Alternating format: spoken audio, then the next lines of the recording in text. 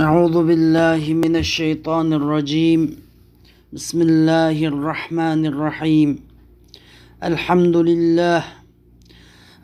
لله المتوحد بجلال ذاته وكمال صفاته، المتقدس في نعوت الجبروت عن شوائب النقص وسماته، والصلاة والسلام على نبيه محمد المؤيد بساطع حججه وواضح بيناته، وعلى آله وأصحابه هداة طريق الحق وحماته.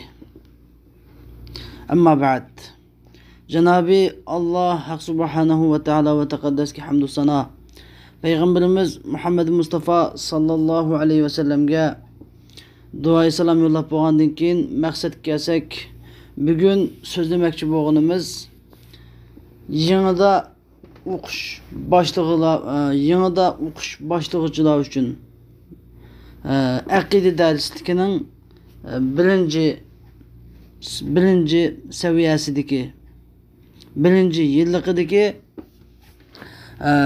darslik ahli sunnat vel cemaat aqidasining ichidagi Aqaid Nesefi nomli kitobni o'rgatishni loyiq topdik. Chunki bu kitob o'zi intayin qisqa va ahli sunnat va jamoat aqidasini o'ziga qisqa holatda mujassamlagan va o'quvchilarga yanada aqida darsligini yanada o'qish boshlagan o'quvchilarga intayin qulaylik bir darslik bo'lganligi uchun bu darslikni boshladik. Hamda shariat ahkamlar ilmining qurilmasi, islom aqidalari qoidalarining asosi bo'lsa, tavhid va sifat ilmidir. Tavhid va sifat ilmidir. Bu tavhid sifat ilmi ilmul kalam deb ataladi. Bu ilmul kalam insonni shak zulmatlaridan va xato o'y fikrning qorong'uliklaridan qutqizib ochqidi. Bizning bu yanada aqida darsligini yanada boshlagan o'quvchilar uchun boshlagan bu qisqacha Aqaid nomli bu kitobchimizni o'quvchilarning samiga shu dastlabki yilliklar uchun loyiq deb qarab shu kitobni boshladik.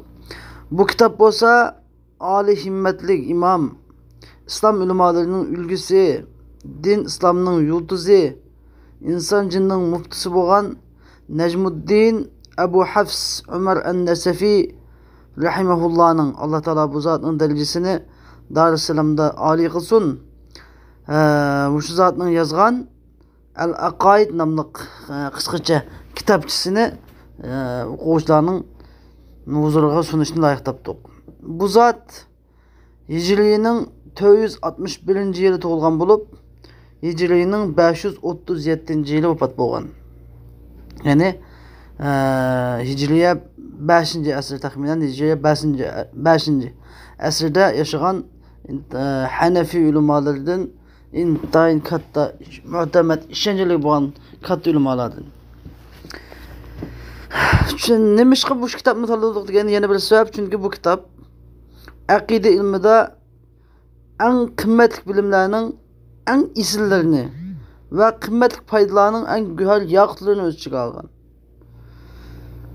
Yana birga bu kitob usuli dinni, ya'ni dinning asl, dinning yiltizlarini, usuli dinni intayin uzunlab ketgan, keraksiz bo'lgan narsalarni chiqarib tashlab o'tib va intayin go'zal tartib bilan yozilgan bir kitob edi.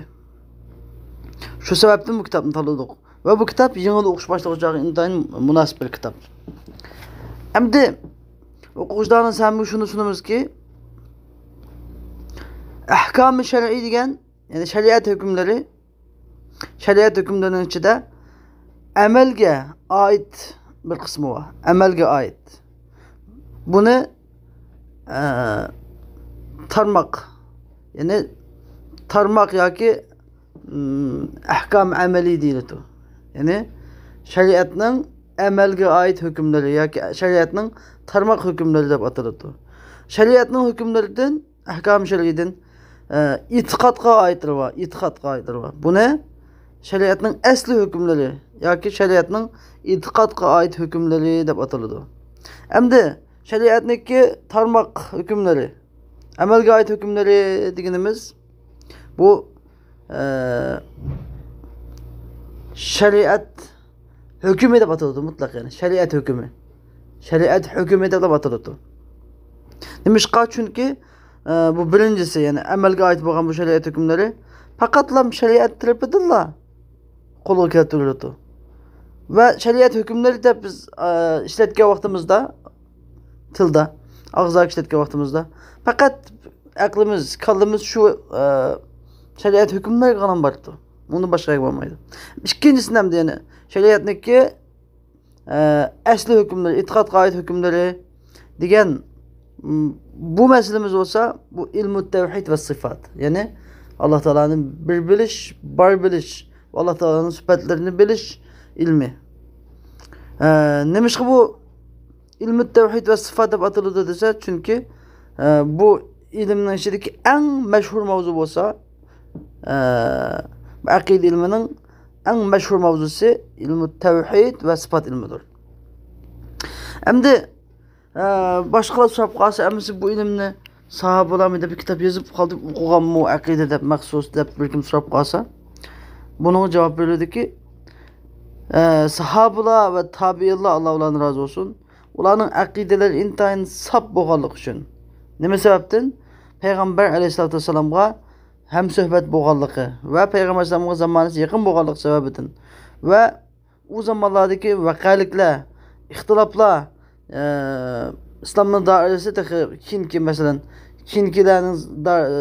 keyingi ummatlarniki zamonasiga kengri yat milletler, Acem milletleri Müslüman top kiriştin evvelki vaqtlar bo'lgandan keyin u joqda vaqaliklar az, ixtiloflar az bo'lgan sebep ve ularning har qanday bir payg'ambar alayhisalom bu vaqtida har qanday bir masala yuz bersa darhol payg'ambar alayhisalomga murojaat qila oladiganligi, sahobalar bu chog'da har qanday masala yuz bersa sahobalarga ulug'lar murojaat qila oladiganligi.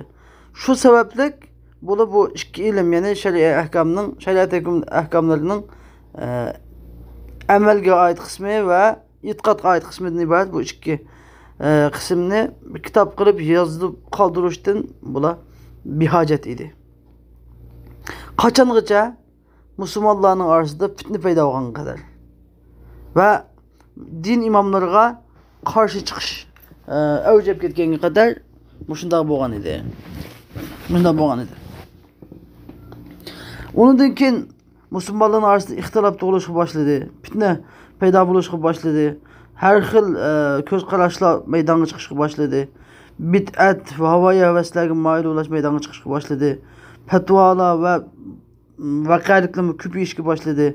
Şu vaqtda ulamlar eng muhim bo'lgan bilimlarga murojaat qilishga haq egalari şu bilimlarga murojaat qilishga, shularni tartiblashga, şu bilimlarni qarab chiqib, dalillarni elib, ijtihod qilib, hukmlarni chiqarishga,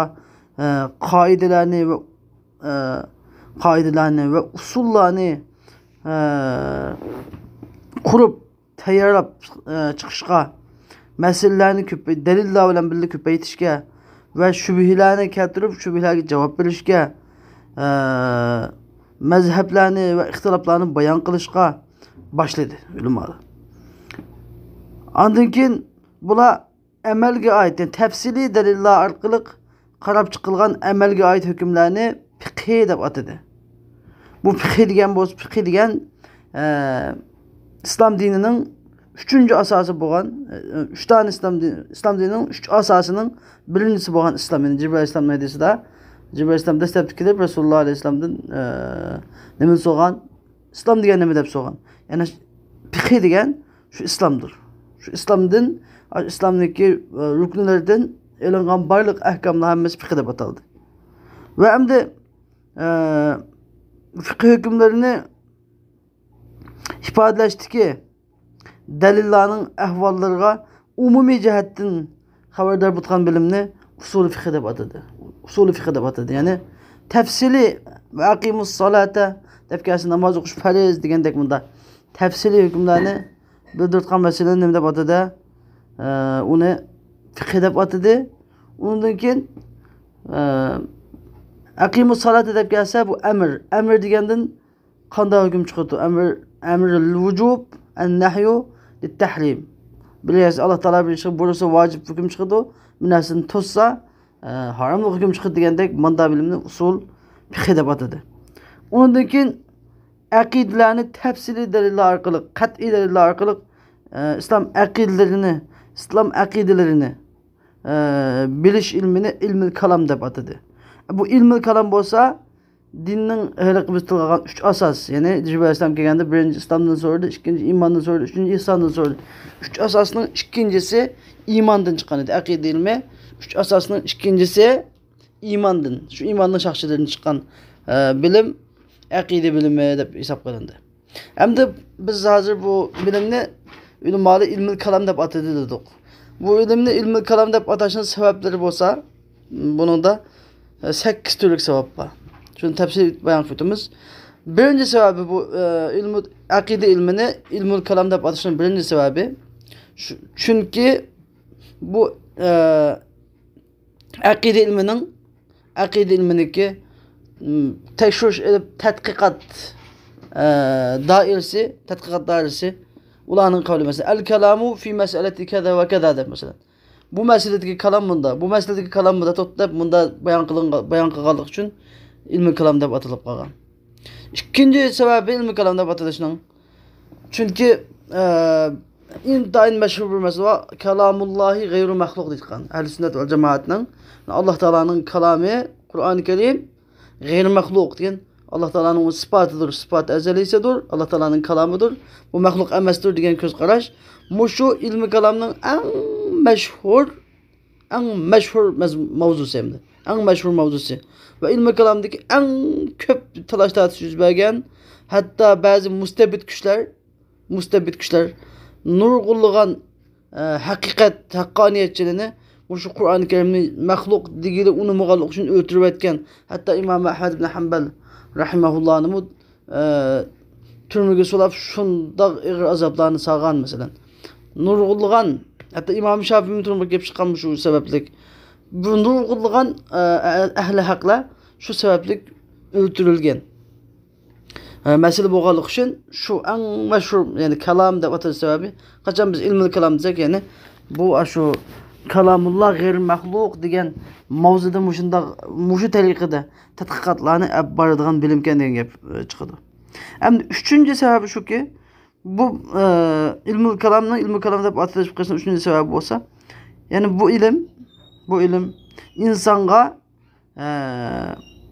şeriat meselelerini ispatlab tahqiqlashda bir so'zlashga, gap qilish qobiliyatini yetirdi insonga. Düşmanlarni o'ziniki og'zidan chiqqan gap bilan, o'ziniki foshig'ini chetib, o'zining og'zidan chiqqan gap bilan dushmanni mag'lub qilish. Masalan, islomiy ilmi mantiq falsafa, Yevropa, g'arb falsafachilarini hammani yengib tashlagan masalan. Shunga o'xshash. Şunda bir kabiliyetini yitirtgan bilim. Şunun için bir kalam deb atilib qolgan. Dördüncü sebebi çünkü ügütüş ve ügünüş orqali kalam bilan yani şu gap qilish bilan ügütüş ve ügünüş orqali ügütildiğin bilimning en avvali ilmi kalam. Yani yaqinda adam İslam dinida kalam orqali yani gap qilish orqali og'zaki ilm ügütgan bilimning og'zaki yönetgan bilimning en avvali ilmi kalam aqida bilimi. Şu haqında bir adam maktabga borsa eng dastlabki bunun aqida bilimini tutgan gap. Amantu billahi ve kutubihi ve rasulihi deb 5 imanni uni 6 imanni ügütüp ondan keyin şu hayatniki usulü dinni yutgan gap eng dastlabki og'zaki halda yani kalam bilan bas. Şu sebepten bu nima deb atalgan? İlmul kalam deb atalgan. Endi 5-chi sebebi shuki, bu ilmul kalam degan davomliq shu gapni ikki tarafdan aylantirish, ikki tarafni o'zaro muzokara qilish orqali ondan ro'yobga chiqqan bir ilm hamda bu. Bu ilmul kalamdan g'ayri ba'zida ta'ammul qilib o'yinish bilan, ba'zida kitoblarni kurash bilan maydonga chiqsam, ilmul kalam degan ikki tarafda o'zaro muzokara qilish, murojaat qilish, mutolaa qilish orqali ham andan vujudga chiqqan bir ilmimdir. Shu sababdan ilmul kalam deb atalib qolgan. 6-cı bir sebep olsa, bu ilmul kalam talash tortishi intayin ko'p bo'lgan bilim bo'lganligi uchun bu bilimniki qarama-qarshi mazhabdagi, qarama-qarshi aqidadagi kishilar bilan o'zaro munozirlashish va ularga rad qaytarish intayin muhim bo'lgan bir bilim bo'lganligi uchun shuni ilmul kalam deb atalib qolgan. 7-si bu bilim acayip delilleri pek güçlü bo'lganligi uchun, xuddi bunundan boshqa bilimlarimiz gap emas kerak. Mushug'ini gap kerak. Ilmul kalam degan mushu gap, mushu so'z, mushu gap qanam gap ekanligini bildirish uchun. Masalan, arab kalamida masalan, ikki gapniki qancha kuchli bo'lsa, "Ma'ning gapi gap mana. Ma'ning gap deymiz. Sizga gap emas kerak, qanday gaplarimiz bor." Shu sababdan ilmul kalam deb atalib qolgan. 8-ci sababi ilmul kalam deb atashning 8-ci sababi bo'lsa, ilmul kalamning ko'pincha qismi Kur'an ayetleri ve hadis mutavatirlar bilan kuchlantirilgan qat'iy dalillar bilan qurilgan bo'lganligi uchun bu ilmul kalamniki qalbga ta'sir qilish kuchi va qalbga cho'nqirlab singib kirish kuchi eng kuchli. Shu sababdan bu ilmul kalamni kelim degan gapdan yerilib chiqqan, kelim degan gapdan chiqqan, ya'ni kelim degan jarohat qilish bir narsani zidi qilish, jarohat qilish degan gap. Jarohat qilish degan gapdan chiqqan kalam degan gap bilan ataldi. Demak, xuddi bir odamning biri jarohatlansa, biri yaralansa, uning qattiq ta'sirlanib, masalan, xo'sh odam ichi pushib ketib, saq odam kasallab ketib, bir qattiq o'zgarishlar ketgandek, uni cho'ng bir ta'sir yetkazgandek, ilmul kalamni insonga ta'sir qilish kuchi intayin yuqori bo'lg'achqa ilmul kalam deb ataldi deb shu 8 dana sabab bo'ladi undan. Mana bu shu ilmul kalam biz yuqorida o'tgan ilmul kalam bo'lsa, ilgirkilarniki shu sahoba, tabiin, shu ilgirki salaf ulamolarning hammasining aqidasi, shu aqidasi. Endi umuman qilib aytganda ilmul kalam eng ulug' ilm. Nimishqa? Chunki bu shariat ahkomlarining asosi. Din bilimlarining eng boshqarlisi bo'lgan va buning ilmi kalamning ma'lumoti bo'lsa islom aqidalari. Aqida, ya'ni bu aqida ilmi bo'lganligi uchun bu eng ulug' ilm deb ataladi. Endi ilmi kalamning g'oyasi nima deganda, bu insonni din jihatdan va dunyolik jihatdan va oxiratlik jihatdan baxt saodatga erishtirish buning g'oyasi. Bu ilmi kalamning hujjatlari chu desa, dalillari nima desa, bu ilmi kalamning hujjatlari, dalillarining ko'p qismi hammasi payg'ambar Qur'oni Karimning oyatlari va hadis mutawatirlardan olingan dalil qat'iylar. Ya'ni buning aqida bilimining oz bir qismi sahih hadislar, lekin bunda ahad deb bir sahabe, ikki sahabenin kelgan, lekin o'zi sahih hadislardan chiqqan bo'lsa-mu, ko'p qismi hammasi Qur'on oyatlari va hadis mutawatirlardan chiqqan. Shuning uchun aqida ilmiga inkor qilgan odam kofir bo'lib ketadi. Aqida bu intayin muhim bir bilim bo'lganligi uchun biz dastlabda talab ilmi eng dastlabda aqidani ruslab bir umr kitobini shu aqida bo'yicha o'qimayotgan gap. Shunga Alloh taolo hammamizga ahli sunnat val jamoat aqidasini mag'ilib qilsin va oxiru davana alhamdulillahi robbil alamin.